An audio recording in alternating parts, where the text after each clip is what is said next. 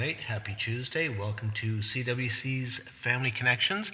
I'm here with Pastor Judy tonight, and we're going to give a little bit of a recap of the sermon that happened last week and fill you in on a couple of upcoming events. So, We are. How are you tonight, Pastor Judy? Pretty good. It's cooled off a little bit. A little, but So I'll take anything less than 90 right now.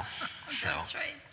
So that was a really cool message that you had on that Sunday, was different. and bit of a civics lesson at the beginning first. Found some things that I wasn't aware of. Yes, we talked about President Cleveland. Yeah. I don't think I've ever done a study in President Cleveland, but he was really useful for my message, and we talked about him a little bit in that he had a sign that was over his bed. So it was the first thing he saw in the morning and the last thing he saw at night, and it was from Deuteronomy. It was the words of Moses that said, "As thy strength is, as thy days are, so shall thy strength be." And that is a wonderful promise of God. It that is. As God leads us, he gives us the strength to do the things that he's asked us to do. Mm-hmm.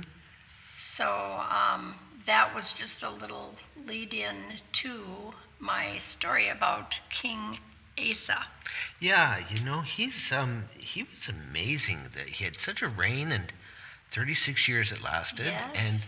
But the way it started out, I mean, talk about a man with a purpose and a conviction. Yes, that was him. He starts off and he essentially cleaned house. He did. He did. Get rid of the idols, get rid of the Yes. temples, get rid of the incense, get rid of the Ashtaroth poles, everything. Everything. Do you know that he even got rid of his mother, who was the queen mother of the land, because she refused to get rid of her idols? She wouldn't do it, so she was out. Yep. So he was serious. He was a man who's, I would say that's the definition of somebody whose heart is truly after the Lord. Yes. Really. I mean, there was no messing about with him on that, was there? No, there wasn't. And the story follows 14, 15, and 16. Yep. And it's a troubling thing to look and see how he was so passionate about the Lord, how he was so determined that he would do what God asked him so that his days would go well. Mm-hmm. And in the end, he gave it all up. Yeah. Which was shocking to get that far and find out that he was afraid of the opposing army, and he opened up the treasury and started passing out money to appease people instead of God. Yes. Yeah. So, you think you would never do that. Yeah, but as I sat and listened to your message, and then in listening to it again and reading this, I draw parallels to things nowadays, and I wonder, do we really, on a personal level, do we clean house and get rid of the things that are idols and so on like that? Well, I think for the king, it was easier to get rid of the things that were troubling his people, that were causing trouble. But when it got down to the opposing armies, that was a different thing. Mm-hmm. That was something that personally affected him. He became afraid, and for whatever reason, he didn't put his trust in the Lord. It said he didn't. And in the end, this is the strangest thing. At the end, the Bible says that he had trouble with his feet. Mm-hmm. And then it very carefully says, he sought everything but the Lord. He went to doctors. He went to everything that was available to him at the time. And I don't think the Lord is against us going to doctors. If he is, then I'm in trouble. But like he didn't seek the Lord. He didn't ask the Lord. He didn't ask the Lord, what is this? Why is this? Why has this come upon me? And so what a terrible ending to such a great start.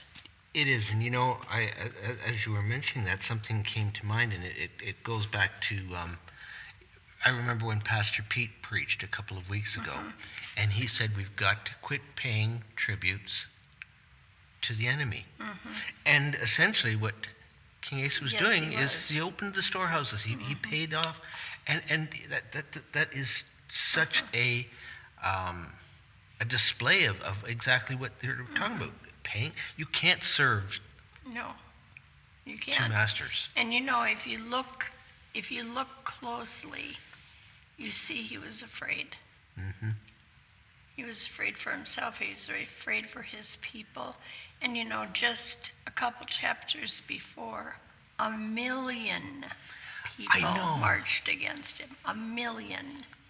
And God gave him the victory. Yep, and that's the part, I guess, that always amazes me when I read something like the story of King Asa. Is you've got somebody here who has seen amazing miracles of the Lord. Amazing. And the Lord has carried him through so many things. And then at some point, for some reason, and I think it's the enemy that knows. I know where your little weakness is, and I'm just going to poke you right there. Yeah. And, for me, that just is something that speaks to me about being in community with people, because I can support you, you can support me. So when the enemy does come at me or come at you or one of the other members in our congregation or something, or a friend or something, we're there to support them and say, hey, you don't have to do that, maybe. Right. And maybe if you're a good friend, you can be very clear and very plain. You think of the statistics of how many pastors are having affairs today. Oh. And Lord, might it be that there would be someone that would love you enough to tell you that you're going the wrong direction, that there's pain ahead. Yep. The issues with pornography, the issues with alcohol, there's just so many things, and it always boils down to that one weak little spot where the enemy just picks on you. That's a good way to put it. And that's true. You mentioned something else, though, that was really, to me, was really important, and that was this concept you were talking about rest. And how we all need that rest, and how the Lord provided them for rest. But everybody, when you hear rest, people are thinking, oh, God's just going to let me sit back and put my feet up, and that's what he means by rest. I can have an afternoon nap on Sunday after church. Yes. And that's not the rest that we're talking about, is it? No, I think what he sought after at the beginning and he didn't find at the end was that rest, and being able to rest in the idea that God is in control of every situation. It's that know that you know sort of feeling in your heart. Yes. And he had to know that, and you can see that he did at the beginning. He did. Because you don't just naturally rest when there's 1 million people coming against you and your people and the children of your kingdom. 1 million people. I'd be sitting in the corner crying like a baby. Well, the Lord arranged it so that, in fact, he does it so often that he arranges it that we're totally outnumbered. Well, and again, you tie that into New Testament and the messages that Pastor Jason has been talking about, and you look at James, where it's counted all joy when you're in trouble and so on like that, because it's going to build character and so on. And you look at this, and it did build his character. It did, and it gave glory to God. But it shows how important it is to keep building it and keep holding on to that, because in the end, like you said, it just takes a minute. It's always to win the battle to the end, or run the race to the end. Like, it's not how you begin the race, it's how you end the race. It is. It really is. And really. it's a good word, and it's a word that we need, I think, as individuals Yes, today. It's a word that we need as a nation today. truly. I mean, we want this nation to come back and follow God, and we need to do that one heart at a time. Yes. And just get that gospel message out there to people. Give them the idea that there is a place where they can find rest from all the nonsense that goes on out there. Yes. And they can take assurance in the fact that God is in control. Yes. And as crazy and bad as things look sometimes out there, Yes, and he always knows the right thing to do. yeah, none of this has caught him off guard. And always the person involved is sitting in their bedroom with a bag over their head with the lights turned off because they don't know what to do. Yep. And God always knows what to do. Yeah, and it's like you mentioned in your message. I mean, we've all been there. I've sat and I've been Everyone afraid. has. I have been terrified of things. I have made wrong decisions. Yes. Well, that's why we have the word. Yep. Because it's so enlightening to be reading and find yourself in the It scripture. is. It is. And you always do. Yep. And Yep. you always find out what the enemy has tried to keep you from finding out, that God is enough. You don't need 30 other things. You just need the Lord, because he knows the beginning from the end. He knows who the enemy is. Yep. He knows what he's trying to do. So in that, you can have rest. Yep. So, well, thank you very much Yeah. for sharing that tonight, Judy, and thank you for that message on Sunday, and look forward to hearing your next Thank one you. coming up. Thank So, you. You too. a couple of other things that I want to let everybody else know about. Coming up on Friday night, next Friday, it is going to be Friday Night Fire down in Rush City. We'll bring you the address and information about that online, so make sure you look into that. If you have not been out to Friday Night Fire, really, you should make some time to get out and see it. If nothing else, it's great. Doc and Pete, I mean, it is amazing what they do. So they're just super.